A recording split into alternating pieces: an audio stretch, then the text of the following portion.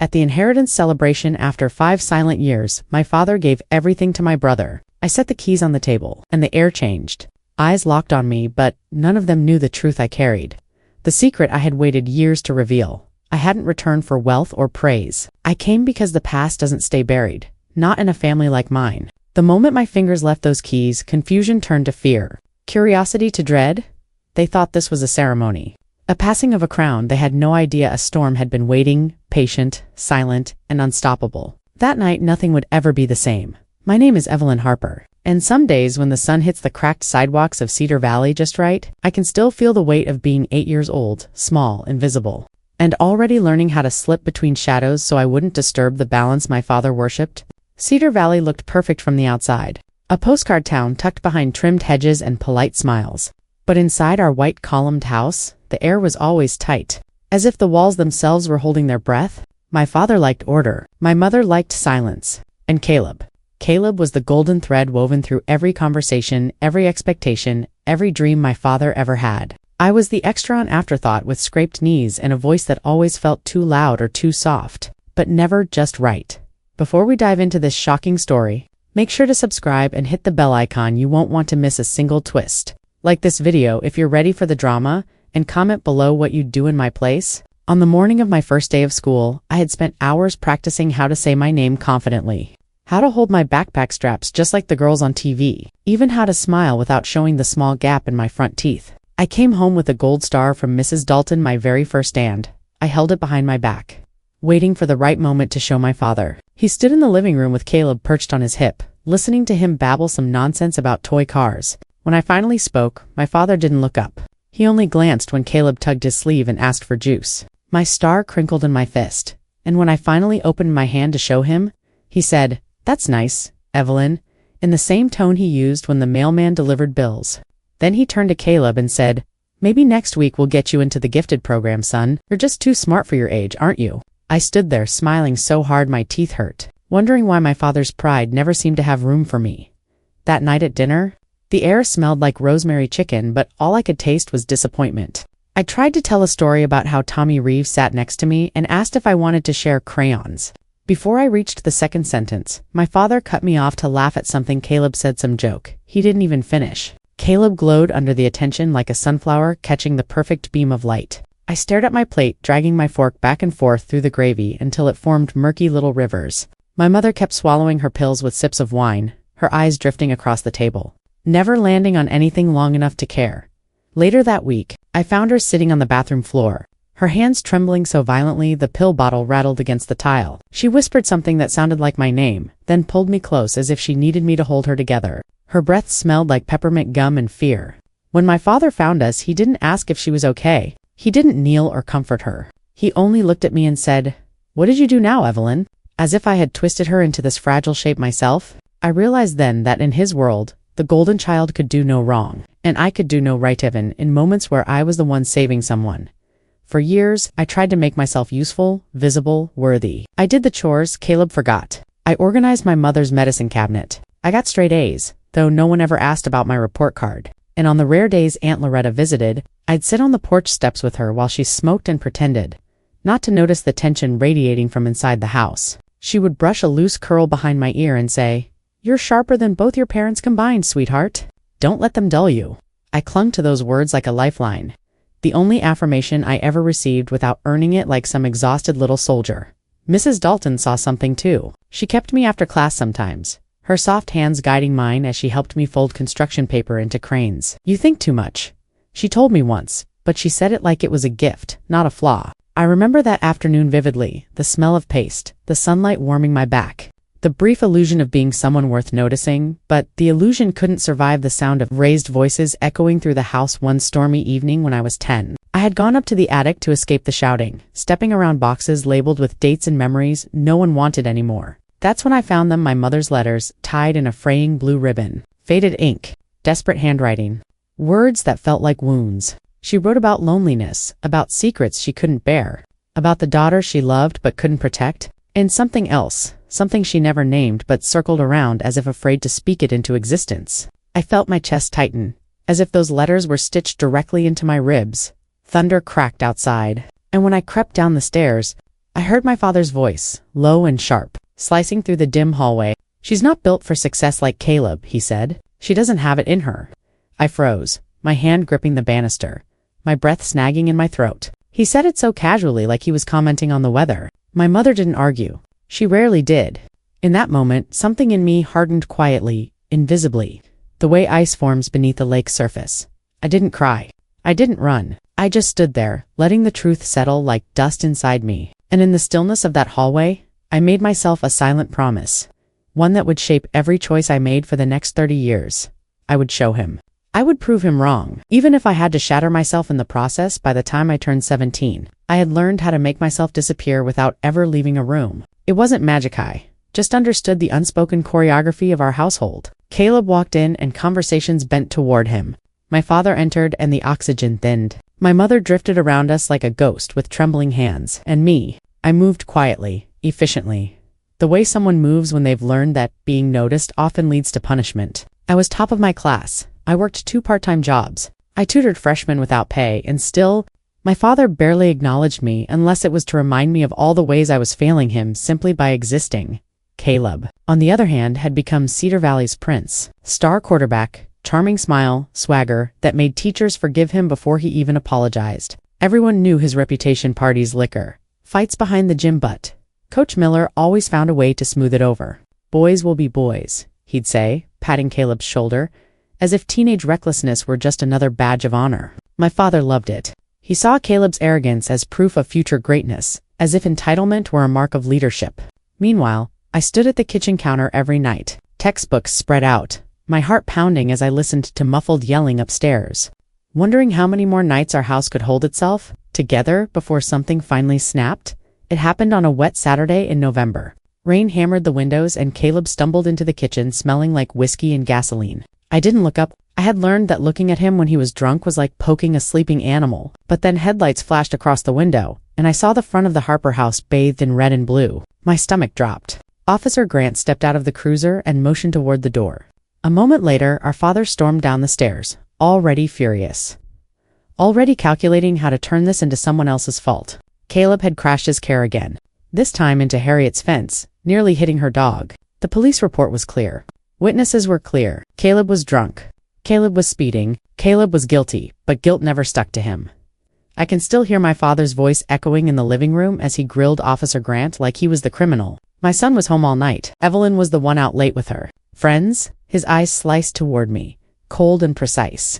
I didn't even have friends. Officer Grant looked at me with this weary, sympathetic expression, like he knew the script and hated his role in it. But my father was Richard Harper: money, connections, influence. Within an hour, the report was rewritten. Harriet was paid off. Caleb was exhausted, not intoxicated, and I became the reckless daughter, sneaking out the distraction, the supposed cause of the entire incident. Caleb smirked at me as my father lectured, his lips split from the impact but his eyes full of smug relief. For a moment, I wondered if my father even believed his own lies anymore, or if they had simply become the only language he recognized. The pressure inside me built like a slow leak under the floorboards, quiet and visible, but dangerous. I poured everything into my studies, fueled by anger I didn't know how to name. When Mr. Dawson called me into his office one afternoon, I assumed he was going to ask me to tutor someone again. Instead, he handed me an envelope, a scholarship, full ride, out of Cedar Valley, out of that house, out of the suffocating orbit of my father's expectations. I held the letter like it was a living thing, beating its wings against my palms. But when I told my father, he didn't react with pride. He didn't even fake it. He stood at the head of the table, arms crossed, and said, "You're not leaving this family. You'll go to community college here, where we can keep an eye on you." As if he needed help controlling me. My mother sat in silence, twisting her napkin into thin strips. Caleb watched with a kind of lazy amusement, drumming his fingers on the table. I felt something inside me sink, then harden like cooled metal. I told my father quietly that I was 17, not 7. He told me that as long as I lived under his roof, my life was his to shape. That night, I searched the house for anything that could give me leverage. I didn't know what I expected to find, but desperation makes you explore places you've avoided for years. In my father's study, behind a stack of financial statements, I found a folder so thin it almost disappeared between the papers. Inside was a single document: paternity results. Not mine, Caleb's. My breath caught. Richard Harper was not Caleb's biological father. The implications cracked open my understanding of our family. like a rotten foundation finally giving way. My mother had lied. My father had lied. Caleb wasn't the perfect son my father claimed to have molded. He wasn't even his blood. And yet, he received all the love, all the protection, all the devotion I had so desperately chased. I closed the folder with trembling hands and tucked it beneath my shirt. For the first time in my life, I felt power not loud, not reckless, but precise and cold. When I stood in front of my mirror later that night, I stared at my reflection. At the girl who had spent 17 years apologizing for things that weren't her fault. My voice came out steady, almost calm. One day, I whispered, "I will tell the truth." Then I hid the document in a place no one would think to look, somewhere only future me would know how to find. When I first stepped off the bus in Chicago at 19 years old, the air tasted different, sharp, cold, honest. Nothing like the suffocating stillness of Cedar Valley. I remember gripping the handle of my suitcase so hard my fingers went numb, but it didn't matter. I was free, truly free. I had walked away from the Harper name, from the estate, from the legacy that never wanted me. I didn't take a cent from my father. I didn't even leave a note. I just slipped away before dawn, leaving behind a bedroom window that still had the crack Caleb made when he threw a baseball at my head when we were kids. Starting over felt like stepping into a room full of light after living in the dark for so long. My first apartment was a shoebox with peeling wallpaper and radiators that hissed all night. But to me it felt like a palace. I shared it with Maya Torres, a girl from my community college who had an infectious laugh, and the kind of empathy you couldn't buy. The kind of friend who noticed when your hands trembled and asked why, instead of pretending not to see. We worked together at a diner off Belmont, me taking the morning shifts, her taking the night. On weekends, I stocked shelves at a dusty old bookstore where the owner paid in cash and stories. Slowly, I started to piece together something resembling a life: cheap coffee, late-night study sessions, strangers becoming familiar faces. I breathed easier. Some days I even laughed. But freedom, I would learn, always comes with an expiration date. I started seeing a therapist, Dr. Benet, a woman with soft features and sharper insight. She had a way of sitting perfectly still when I spoke, like every syllable mattered. "You learn to survive by becoming small," she told me once, "but you don't have to stay small now." I didn't know how to respond. I had never imagined myself as anything but compact, contained, careful. Then there was Kevin Malone. He walked into the bookstore one afternoon asking about a rare edition of a Hemingway novel he clearly didn't need. He smiled at me with this goofy sincerity that made my stomach flutter. Kevin wasn't perfect. He was messy, forgetful, constantly misplacing his keys, but he was kind. And he looked at me in a way no one had before, as if I wasn't an obligation or a shadow, but someone worth choosing. For the first time in my life, I allowed myself to believe that maybe I could build something untainted by my family's darkness. Something soft, something real. But hope has a way of drawing out the ghosts you thought you left behind. It arrived on a Thursday, a letter. No return address, but the handwriting was unmistakable.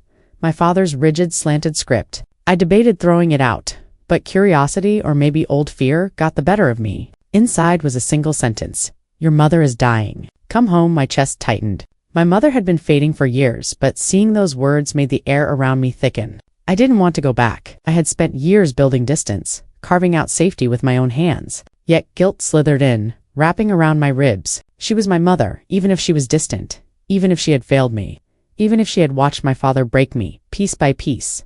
I packed a bag and told Maya I'd be back in a week. Kevin offered to drive me, but I couldn't let him see the place that created me. I couldn't let him breathe that air. I returned to Cedar Valley alone.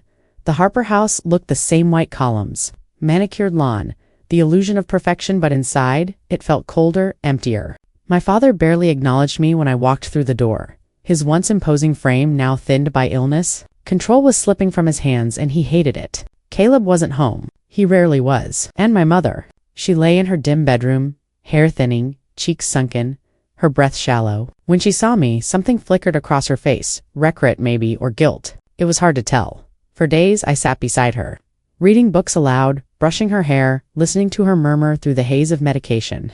My father avoided the room almost entirely, and when he did enter, his presence made the air turn brittle, as though conversation might shatter it. One night while the rest of the house slept, my mother's hand found mine. Her grip was surprisingly strong. "Evelyn," she whispered, her voice frayed like worn fabric. "There are things I should have told you." I leaned closer. Her eyes, usually so distant, were sharp with clarity. "Your father owed someone." Her breath trembled. Caleb. Caleb wasn't born from love. He was a debt paid. My stomach dropped. I knew he wasn't Richard's biological son, but hearing her confirm it with that phrasing sent a cold ripple through me. And you, her lips quivered. You were the mistake that ruined his plans. The words pierced deeper than I expected, like a blade slipping between ribs. I felt tears prick my eyes, but I refused to let them fall. Not then.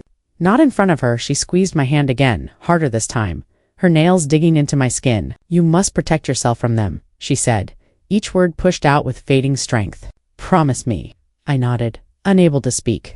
A moment later, her grip loosened. Her eyes drifted closed. The room seemed to shrink, then stretch, then settle into an eerie stillness. I stayed by her side until the nurses came.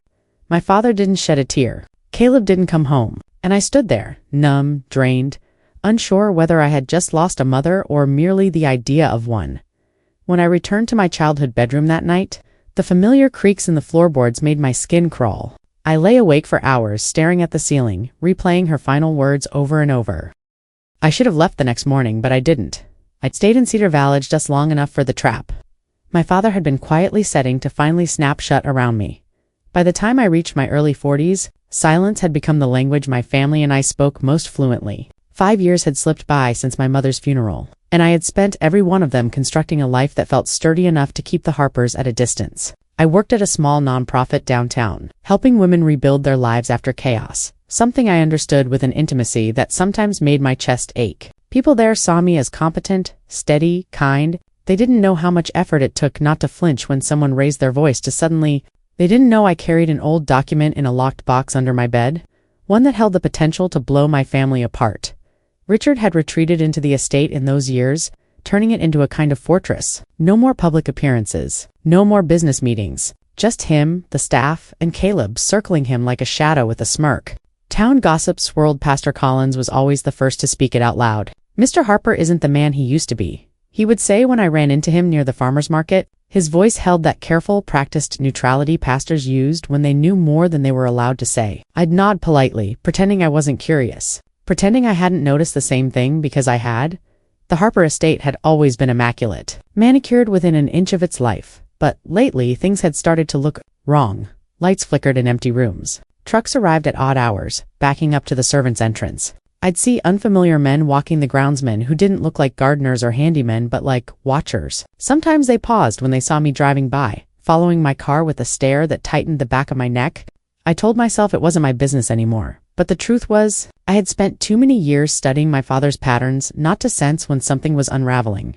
What I didn't expect was Caleb's involvement. He had aged into his arrogance like it was a tailored suit. He strutted around town with Emma Ray on his arm, a woman with glossy hair, expensive perfume, and a smile that never reached her eyes. Emma once cornered me in a grocery store. I leaned in too close and whispered, "Caleb told me what you're like. How unpredictable you were growing up." She said it like she was commenting on weather patterns. I walked away without responding, but the encounter left a bitter taste in my mouth. Soon after, little whispers started following me, soft enough to be deniable, loud enough to sting. Evelyn's fragile. Evelyn had a breakdown years ago. Evelyn can't be trusted. People didn't ask if it was true. They just adjusted the way they looked at me, the way one might regard a crack in a porcelain teacup settle. But there, Caleb was seeding the ground for something. I felt it. Then came the invitations, gold-trimmed heavy cardstock, the kind of paper meant to convey importance. Word spread quickly through Cedar Valley. Richard Harper was hosting an inheritance party. Not a meeting, not a dinner, a party. The town buzzed. People whispered about wealth, about legacies, about what it meant that Richard, once a pillar of iron authority, had chosen to make such a spectacle. I acted indifferent, but inside, my stomach churned. My father didn't host parties unless he wanted to control the narrative, and he didn't control narratives unless he was afraid of losing something. Everyone received their invitation, neighbors, business partners, even Pastor Collins. Everyone except me. Days passed. I checked my mailbox like a woman watching for an omen. Nothing came. Maya asked if I wanted her to come over to keep me company, but I told her I was fine. I wasn't. Each hour that passed tightened a knot in my chest. Maybe he had disowned me officially. Maybe I didn't matter enough to be summoned. Maybe he wanted to humiliate me by excluding me entirely. But on the 5th evening, just as the sun dipped behind the Harper estate and cast long shadows across Cedar Valley, there was a knock at my door, not the polite, tentative knock of a neighbor. A firm, deliberate knock. When I opened it, the man standing there wore a suit sharp enough to cut stone. I recognized him as Rutherford's paralegal. He didn't smile. He simply held out an envelope like an offering or a verdict for you, he said. He didn't wait for me to take it from his hand. He placed it on the small table by my entryway and left without another word. I stood there staring at it, the air suddenly too thin. 5 years of silence, and this was how my father chose to reach me through a man who couldn't even look me in the eye. When I finally opened the envelope, my breath caught. The invitation was identical to the other's gold-trim formal script, the Harper crest embossed at the top, except for one detail. My name, not Evelyn Harper, but Evelyn Harper. A misspelling so deliberate, so pointed, it wasn't just disrespect. It was a message. A warning. A provocation? I traced the incorrect letters with my fingertip, feeling my pulse thud harder with each stroke. A mistake. No, my father didn't make mistakes. Caleb didn't either, not when it came to cruelty. I set the invitation on the table, the room suddenly colder. The edges of the cardstock seemed to curl like something alive. Something waiting, something telling me that the next chapter of this story wasn't one I was prepared for, but I was already in it, and there was no turning back. The moment I stepped into the ballroom, I felt the temperature shift, not literally, but in that way air changes when people sense blood in the water. The chandeliers glittered above us like frozen constellations, glaringly bright, illuminating every smirk, every whisper, every sideways glance cast in my direction. The Harper name had always carried weight in Cedar Valley, and tonight it felt heavier than ever. Pressing on my spine, my lungs, my steady expression, I stood near the back, hands clasped in front of me, watching clusters of people gather, lawyers in polished suits, town elites dripping in diamonds, neighbors who used to look through me in the grocery store now pretending they knew me well enough to offer pitying smiles. At the center of the room, a grand marble staircase wound down like the spine of some ancient beast. That was where they would enter. My father always made an entrance. He enjoyed the theatrics, the sense of control it gave him, how the entire room instinctively adjusted itself around his presence. Even now, weakened by age and illness, his shadow stretched larger than the man himself. Ms. Rutherford caught my eye from across the room. She gave me a small nod, not friendly, not cold, just knowing. The kind of nod someone gives when they expect you to brace for impact. Judge Pamela Hart stood near the champagne tower, laughing loudly at something Caleb had apparently said. Her laughter was too forced, too sharp. The Whitakers were whispering to each other behind sequined fans, probably speculating about the estate, about Caleb's future, about my absence over the years. Sarah Bloom, my childhood tormentor turned self-satisfied socialite, eyed my thrift store dress like it was a charity case. Maybe it was. I hadn't come to be admired. I had come because I needed to see the truth with my own eyes. Then the lights dimmed. A hush spread through the crowd as a spotlight illuminated the top of the staircase. Richard Harper stepped into it with Caleb at his shoulder, exactly where he had always been placed. My father's frame was narrower now, his steps smaller, but arrogance held him upright like steel rods in his spine. Caleb walked slightly behind him, hands in his pockets, chin lifted in smug anticipation. He looked like a man about to claim something he believed was his birthright. They reached the bottom step. Applause erupted, polite, performative, suffocating. My father raised a hand to quiet them, and silence rippled outward.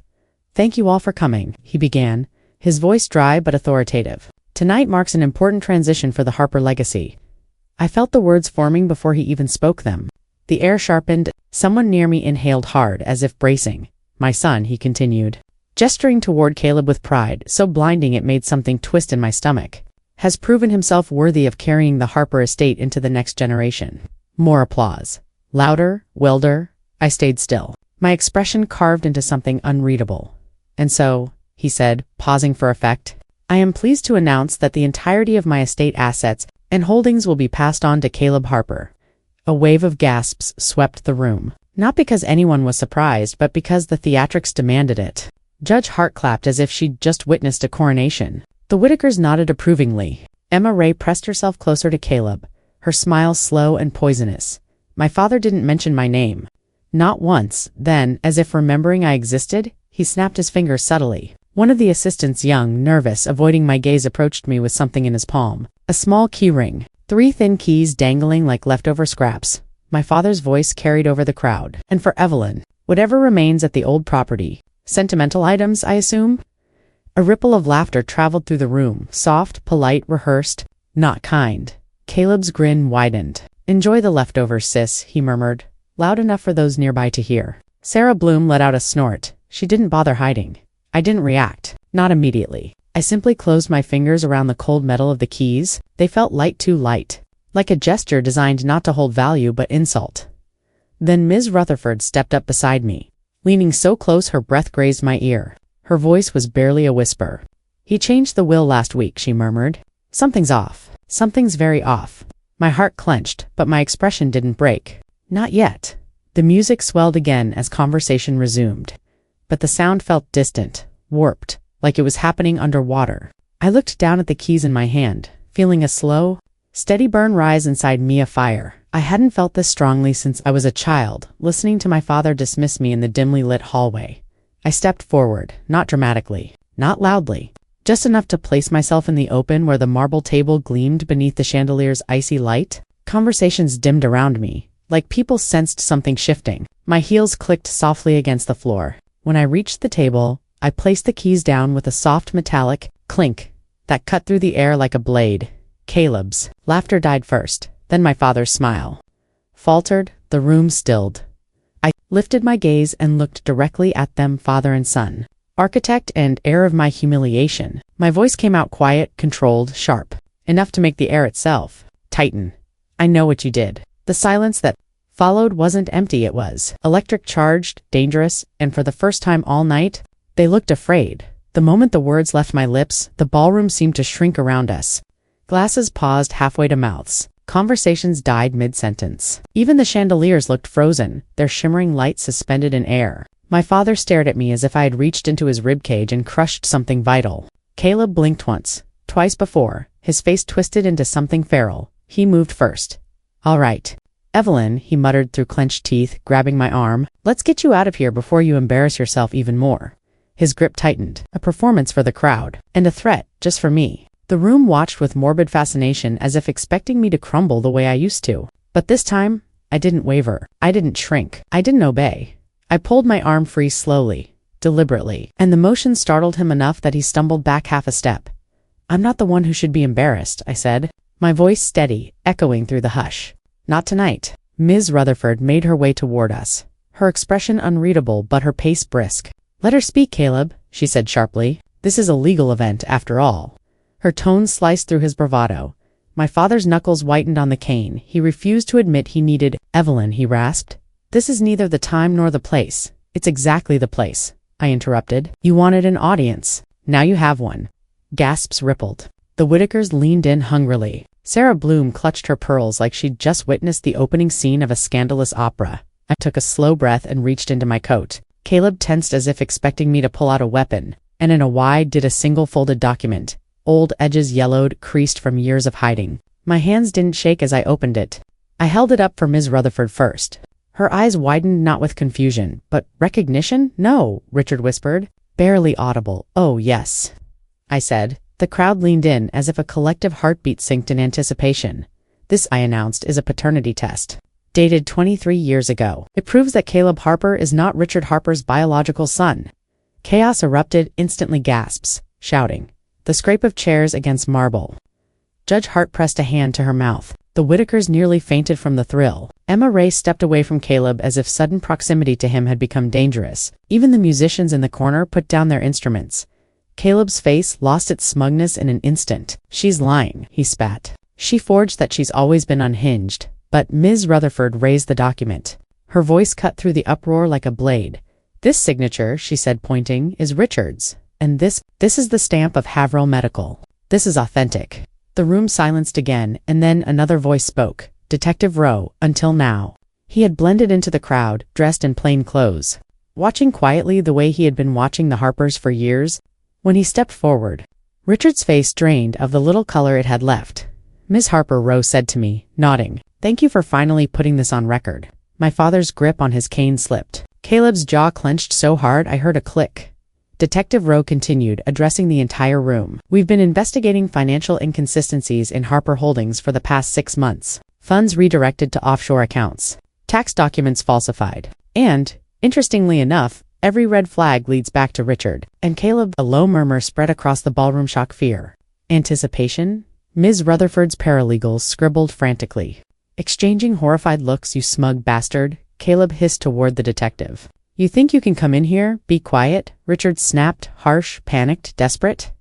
Caleb stared at him. "You knew this was coming," he growled. "You didn't warn me?" The unraveling was swift, vicious. "I protected you your entire life," Richard wheezed. "You were supposed to hold the line? I'm not even your son," Caleb screamed, seizing the document from Ms. Rutherford's hand and waving it wildly. "You used me. And you cost me everything," Richard shot back, glaring at him with hatred so pure it stunned the room. His breath hitched, his hand pressed. Against his chest his knees buckled.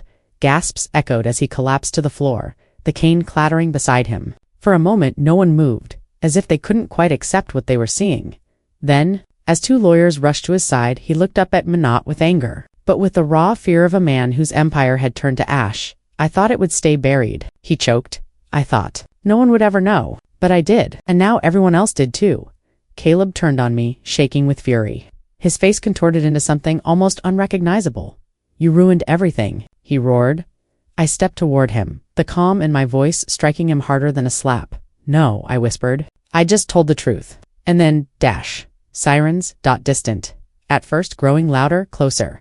Everyone turned toward the grand glass doors as blue and red lights splashed across the marble floor. Painting the room in warning, the crowd parted. Instinctively, the law had finally come for the Harpers, and it wasn't finished yet. The Harper estate looked smaller than I remembered. Months had passed since that night in the ballroom, the night the masks cracked, the night the legacy my father worshipped collapsed under the weight of truth. Now the mansion stood hollow, windows like blank eyes, curtains stripped, furniture removed, the driveway quiet except for the crunch of gravel under my boots. No gardeners, no cars, no shadows in the windows. Just silence. Real silence. Not the kind I grew up in, the suffocating, fearful quiet, but a clean, open one. A silence that didn't demand anything from me. Richard was awaiting trial. Fraud, tax evasion, falsified business statements, perjury. The list grew longer every week. His health declined too. But for the first time in my life, my reaction was nothing. Not satisfaction. Not regret. Just a recognition that he was facing the consequences he had orchestrated with his own hands. Caleb, stripped of his inheritance and the Harper name, had fled town with Emma Ray. They said he tried starting fights at bars, blaming everyone but himself. Public sympathy didn't just fade, it evaporated. People realized the golden boy had always been fool's gold.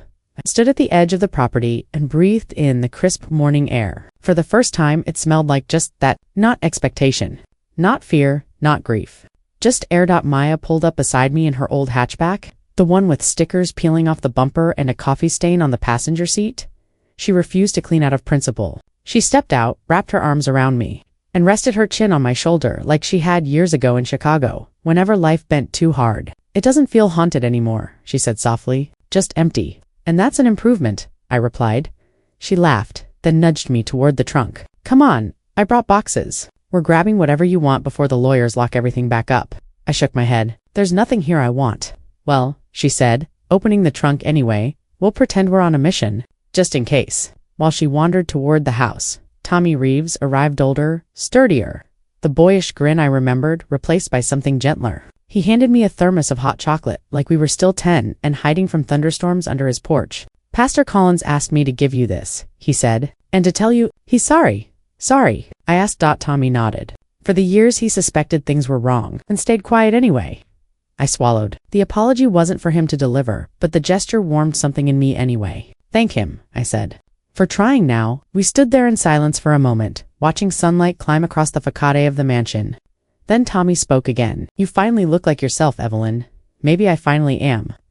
Inside the estate, the floors echoed with every step. Walls were bare, paintings taken down, the piano removed, carpets rolled up. Only dust remained, dust and memories I had no intention of keeping. I walked through each room slowly, not searching for anything, but acknowledging that nothing in this house belonged to me. The childhood photographs featured Caleb.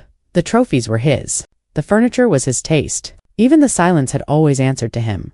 When I reached the study, the place where I'd found the paternity document at 17, I stood still. A single beam of sunlight streaked across the empty floorboards. That was where my life had splintered. That was where it had begun to rebuild. I reached into my bag and took out the small key ring, the one my father had handed me as an insult. In front of the entire town, the keys shone dully, as if unsure they had any purpose left. I placed them gently on the abandoned desk, letting them rest, one last act of laying down a burden. Then I pulled out a donation envelope and scribbled to Cedar Valley. "Women's shelter. Use these for someone who needs a new start." I left it on top of the keys. When I stepped outside, The air felt lighter. Maya and Tommy were waiting by the car, leaning against the door, talking softly. The sight made something deep inside me soften in a way I hadn't expected. "You ready?" Maya asked. I nodded. More than ready. Back in town, I met with an editor who had read a blog post I'd written months earlier, an anonymous piece about survival. Family trauma, truth. She told me there was a voice in it that people needed to hear. She asked if I'd consider writing a memoir. I laughed at first. Me, write a book. But then I remembered the years of silence. The years of gaslighting. The years of being erased even as I stood in the same room. Yes, I would, right? For the girl who hid in the attic reading letters she shouldn't have found, for the teenager who whispered promises to her mirror, for the woman who placed keys on a marble table and shattered decades of lies. I packed my bags that night, not with urgency, not with fear, just clarity. Maya helped me load them into her car, while Tommy insisted on checking the tire pressure even though we weren't going far.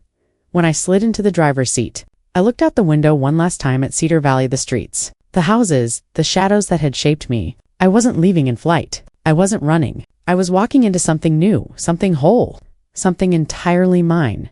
As I drove past the town limits, the sky stretched wide open, full of promise. My voice felt stronger than it ever had when I finally spoke aloud, the words I'd carried for months, 5 years ago. He took everything from me. Tonight, I set the keys down and walked into the life I built myself. The road opened ahead of me like a fresh page, and that was only the beginning.